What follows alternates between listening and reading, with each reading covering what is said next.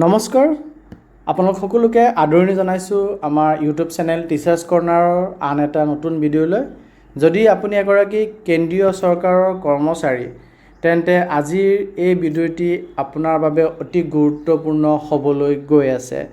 শেহতীয়াকৈ কেন্দ্ৰীয় চৰকাৰে ল'ৰা ছোৱালীৰ শিক্ষা ভাত্তা আৰু হোষ্টেল ছাবচিডি অৰ্থাৎ CEA চাইল্ড এডুকেশ্যনেল এলাউন্স আৰু হোষ্টেল ছাবচিডি লৈ পেলাই এটা ডাঙৰ সিদ্ধান্ত গ্ৰহণ কৰিছে। ভাৰত চৰকাৰৰ ministry of personnel PG and pensions department of personnel and ট্ৰেইনিঙৰ ফালৰ পৰা 30 জুন তাৰিখে এটা নতুন জাননী জাৰি কৰিছে। আপোনালোকে স্ক্ৰীনত জাননীটো দেখিবলৈ পাই আছে, অফিচিয়েল ফাইলটো। এই ফাইলটোতে সম্পূৰ্ণ কথা স্পষ্টকৈ উল্লেখ কৰা আছে।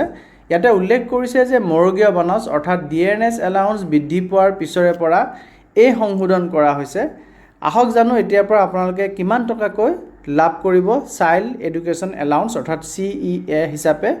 এতিয়াৰ পৰা আপোনাৰ সন্তানৰ শিক্ষা ভাত্তাৰ বাবদ প্ৰতি মাহে প্ৰতিজন সন্তানৰ বিপৰীতে ফিক্সড 2812 টকা 50 পইচাকৈ পোৱা যাব।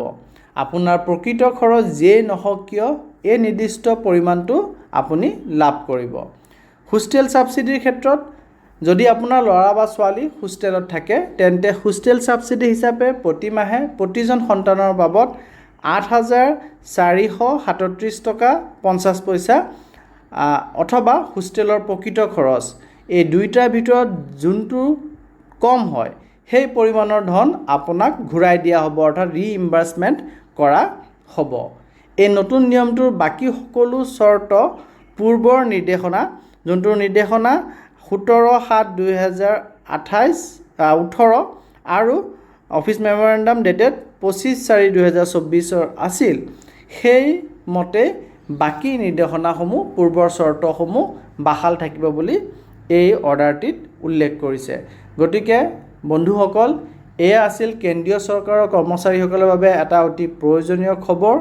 আপোনাৰ চিনাকি কোনো চৰকাৰী কৰ্মচাৰী থাকিলে তেওঁলোকৰ সৈতে এই ভিডিঅ'টি নিশ্চয় শ্বেয়াৰ কৰিব। চৰকাৰী আঁচনি আৰু চাকৰি সংক্ৰান্তীয় এনেধৰণৰ শেহতীয়া খবৰবোৰ অসমীয়াতে সহজতে পাবলৈ আমাৰ চেনেল টিচাৰ্ছ কৰ্ণাৰক এতিয়াই ছাবস্ক্ৰাইব কৰি থওক, ফ'ল' কৰি থওক। ভিডিঅ'টি শেষলৈকে চোৱাৰ বাবে বহুত বহুত ধন্যবাদ। জয় আই অসম।